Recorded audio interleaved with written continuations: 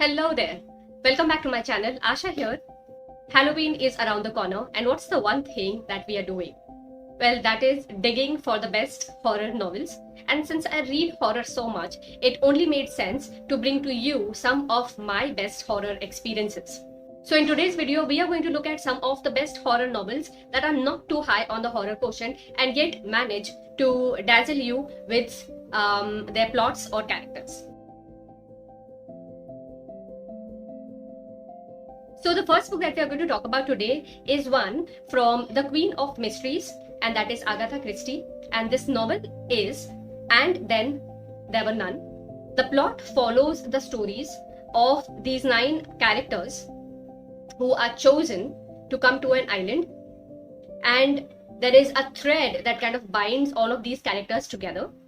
What is creepy about this novel is how one after the other, each of these characters start disappearing, and there is a reason behind whatever happens to them. The plot is smart enough and the writing clever enough to keep you glued right till the end to figure out how these characters are linked and why whatever happens to them happens to them. Now the second novel is The Apple Tree by Daphne du Maurier. This is a short story actually, and it follows the story of this widowed man who kind of feels that the spirit of his dead wife resides in this apple tree right outside the house. Now, obviously, it's the guilty conscience that kind of pricks all the time. So since he was so unfair and so negligent of his wife, he starts to feel paranormal things happening around him. The third book that I want to talk about is Darkness by Ratnakar Matkari, who is an Indian author. This book is a collection of short stories, and there are some of the most brilliant and creepiest stories you'll come across. These have a flair of freshness to them, which is why I like these stories so much. But most of them have some nice message toward the end of them, and these messages are what stay with you. And these are not really so creepy, to keep you awake at nights, but just chilly enough to keep you kind of glued to the story and enjoy the whole, sinister, creepy, and slightly haunting Halloween season.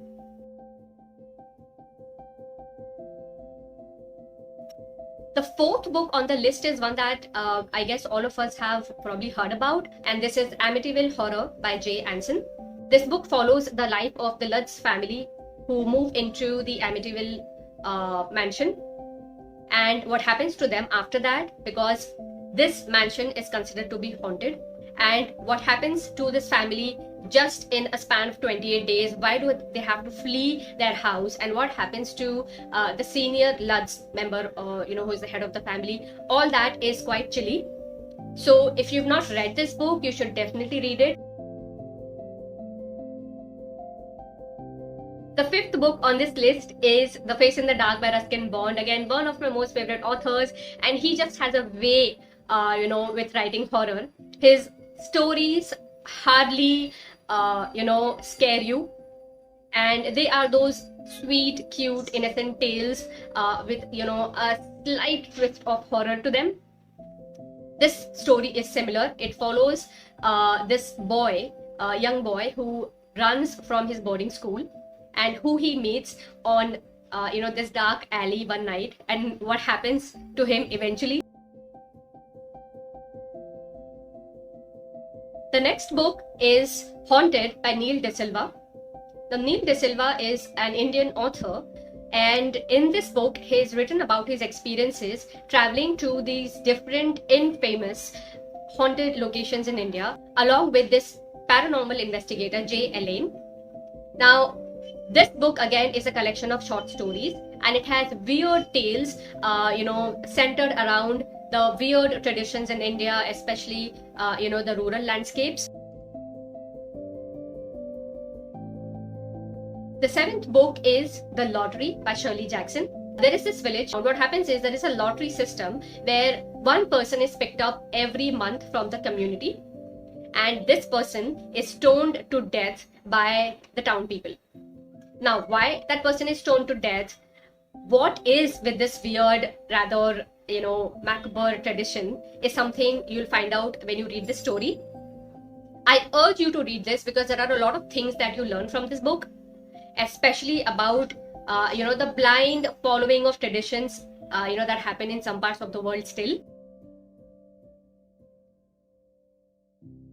The second last book on the list is The 13th Tale by Diane Setterfield. Again, one of my all-time favorite novels. This is a gothic horror story about the twin girls, and it follows their childhood, the kind of tragic events they've been through, what ties them together, and how they are put apart through several generations of abuse and neglect and stuff like that. This book is very much similar to Wuthering Heights. One thing that I want to highlight about is the writing style and also the characters that are so compelling, which makes this such a brilliant reading experience. No horror book recommendations are complete without a book from our beloved Stephen King, and his book Pet Sematary is top of my list when it comes to horror recommendations. Pet Sematary follows the story of this family who moves into a new town, in a new house, and right beyond their house there is this cemetery where the town people bury their pets, and some people happen to bury more than just their pets. So when a tragic event happens in this newly moved family and they are forced to bury their dead daughter in this graveyard, they don't realize that they just opened a Pandora box. And what follows, they are not ready for it. They never will be. For those who are not so much into horror, this book could be a bit too much because yes, it is disturbing, but once again, not an experience that you should miss. So my list ends here, and if you are intrigued enough to pick up any of these titles, I have shared the purchase links for the books in the description box below. If you feel that I have missed out on any of the horror books that you've read and loved, mention those titles in the comment section below. I'll pick those up for my own Halloween collection. I was totally thrilled to share my list of favorite horror books with you. I hope you like them too. I hope you watched this video right till the end, and if you liked it, do not forget to hit on the like button. I'll see you in my next video with some of the best titles you should not be missing out on. Until then, a very happy Halloween to you. Be reading, be inspiring. Goodbye.